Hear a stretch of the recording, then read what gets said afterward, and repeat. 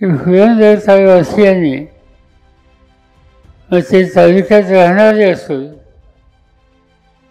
मुंबईच्या क्रॉफर्ड मार्केटमध्ये काम करणारे असोत, मुंबईच्या डॉकमध्ये काम करणारे असोत, या सगळ्यांनी मला आणि आमच्या सगळ्या सहकारी मित्रांना मनापासून सहकार्याने साथ दिली. आणि ही गोष्ट मी कधी विसरू शकत नाही.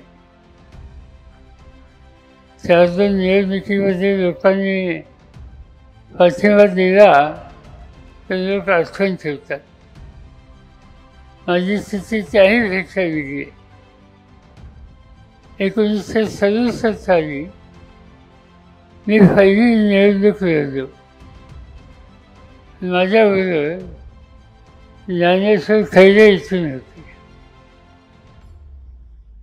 या जिल्ह्याचं नेतृत्व करण्यामध्ये या तालुक्याचे आमचे वरिष्ठ सहकारी अग्रभागी होते. जिल्हा परिषदाच्या पहिले अध्यक्ष शंकरराव विसर झाले पुरंदर तालुक्याचे. अशा अनेक महत्त्वाच्या जबाबदाऱ्या सांभाळण्याच्यासाठी या तालुक्याच्या जनतेने नेहमी सहकार्याने साथ दिली.